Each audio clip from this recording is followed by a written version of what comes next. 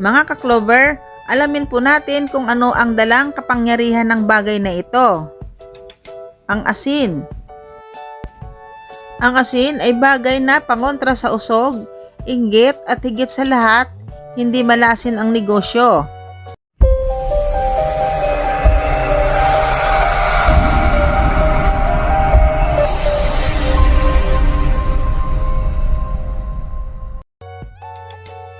Ang paggamit ng asin bilang pangontra sa inggit o negatibong enerhiya ay bahagi ng mga tradisyong may kinalaman sa pamahiin at kasabihan.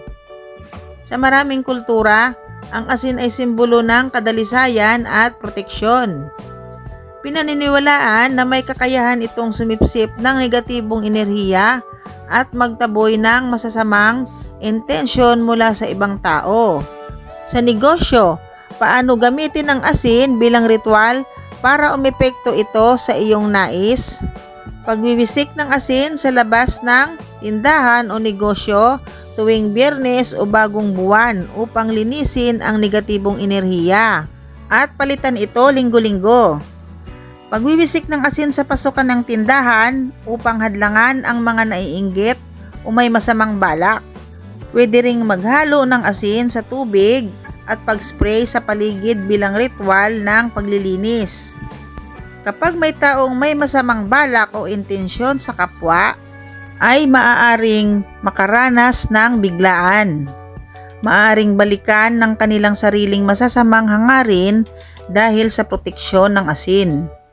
Ang malas na maaaring maranasan ay nasa anyo nang hindi natutuloy ang balak. Naliligaw o biglang nagkakaroon ng aberya. Ito mga ka-Clover, kung naniniwala kayo sa kulam o barang, ang asin ay sumisira sa spell o sumpa.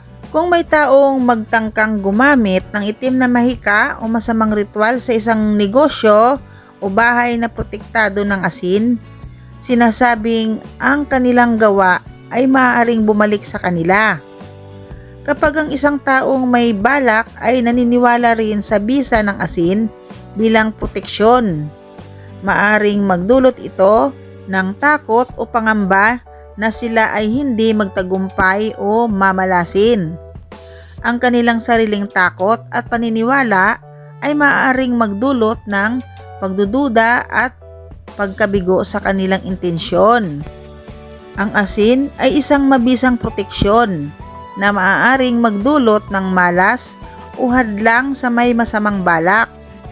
Kung gusto mong gumamit ng asin bilang proteksyon sa negosyo o tahanan, mas mainam itong ipares sa positibong intensyon, panalangin at mabuting kalooban upang palakasin ang bisa nito. Maikwento ko lang po mga ka-Clover ha, maging kami po ay may tindahan ng motor shop. Ilang years na din. Ganon din ang ginagawa kong ritual. Asin lang para kontrahin ang mga taong hindi mo alam na may lihim pala silang intensyon o kaya inggit hanggang sa bumagsak ang business mo. At meron ding mga tao na wala naman silang intensyon na malasin ang tindahan mo, pero may mga dala naman silang negatibo sa kanilang katawan. Alam niyo po ba ang ibig kong sabihin? Dahil ako po ay lumaki ng probinsya kaya marami akong alam sa mga ganitong usapin. Hindi po lahat noon pag may nagkakasakit sa amin ay inaasa namin sa doktor lang, kundi sa manggagamot din. At papahanggang ngayon ay manatili ang aming paniniwala na maraming tao na hindi natin alam na may dala silang negative energy. Kung maraming naniniwala na may mga masamang elemento dito sa kalupaan, isa na ako sa naniniwala. Sa mga iba't ibang probinsya natin, sabi sa akin ng magaling na manggagamot, mas maraming masamang elemento dito sa Maynila. Dahil marami ng mga tao ditong nakatira sa Maynila ay galing sa iba't ibang probinsya. Mga ka-Clover, sana huwag kayong magalit kung magkwento ako sa aking karanasan tungkol sa mga usaping ito dahil gusto ko lang naman i-share sa inyo ang aking nalalaman.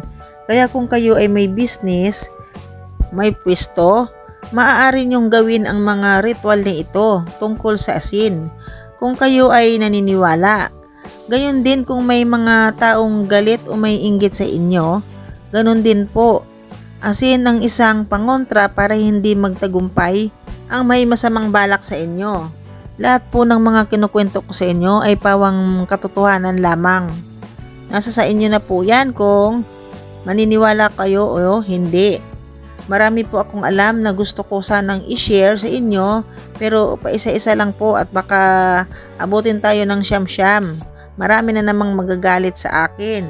At isa pa, ang tips ko sa inyo mga ka-clover tungkol sa asin, maglagay ng kaunting asin, ilagay sa red pouch o sa pulang tela. Madali lang naman itong gawin mga ka-clover. Maggupit lang kayo ng kulay-pula na tela at tahi-tahiin nyo lang. Tapos ilagay ang kaunting asin at tahiin para hindi ito matapon. At ilagay sa inyong bag na lagi nyong daladala araw-araw. At pwede rin sa wallet para pangontra sa aksidente at may masamang intensyon sa inyo. Ganon din po ang ritual na inyong gagawin. Gawin ito tuwing Biyernes o bagong buwan at palitan kada isang linggo. Ito ginagawa ko rin ito sa aming sasakyan. Maglagay ng kaunting asin sa red pouch na inyong gagawin at ilagay sa loob ng sasakyan. Protection ito laban sa malas at negatibong enerhiya.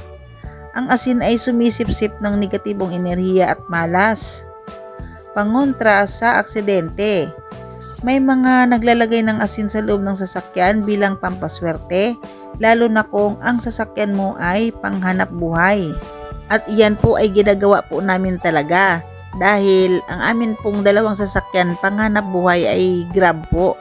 Kaya sari-sari po ang mga pasahero sa aming sasakyan, kaya hindi po tayo nakakasiguro dahil hindi po natin kilala ang mga taong sumasakay na maari ding may dala silang negatibong energy sa kanilang katawan. At the same time, pangontra sa malas at negatibong enerhiya ang asin. Kaya dahil dito, maaring maging swerte ang ating hanap buhay sa araw-araw. Lalo na't kapag meron kayong nakakasalamuhang mga customer sa araw-araw sa inyong negosyo. Kaya maaari nyo pong gawin yan sa kahit anumang hanap buhay. Sa maniwala kayo at hindi, proven and tested ko na ito sa maraming taon. Pag nakatagpo nga kayo ng isang taong mangkukulam pero hindi nyo alam kung mangkukulam pala ito ay makakaramdam sila ng pagkabalisa at hindi mapakali kapag kayo ay may asin na pangontra. Kung may makasalubong kayong tao na may usog o makausap, kung naniniwala kayo sa usog, hindi rin kayo mauusog dahil pangontra din po sa usog ang asin kapag ang asin nyo ay may ritual. Pero kung kayo ay may daladalang asin, binili nyo lang sa palengke or sa tindahan, tapos may nakasalamuha kayo or nakausap na mataong may usog or mangkukulam man yan, walang bisa yung asin na inyong daladala. Wala silang pakiramdam na hindi maganda dahil ganun nga po, walang ritual ang inyong asin. Kaya mahalagang may ritual ang inyong asin para may epekto ito.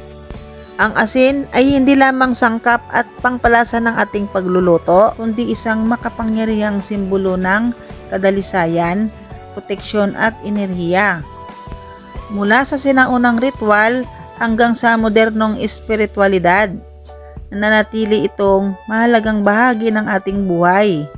Ang asin ay isang bantay, isang tagapagtanggol laban sa kadiliman. Dahil sa kanyang kapangyarihan, hinuhusgahan nito ang mga aninong bumabalot sa ating espiritu. Iniwan tayong muling buo, malinaw at puno ng liwanag. Sa kabila ng paglipas ng panahon at pag-usbong ng modernong kaalaman, nananatili pa rin ang mga pamahiin bilang bahagi ng kultura at paniniwala ng maraming tao. Bagamat ang ilan ay itinuturing na wala ng bisa sa kasalukuyang panahon, hindi maikakaila na ang mga ito ay may malalim na ugat sa ating kasaysayan at tradisyon. Ang pagsunod o hindi pagsunod sa mga pamahiin ay isang personal na desisyon. Sa huli, anuman ang ating paniniwala, mas mahalaga pa rin ang pagiging bukas sa kaalaman at paggalang sa pananaw ng iba.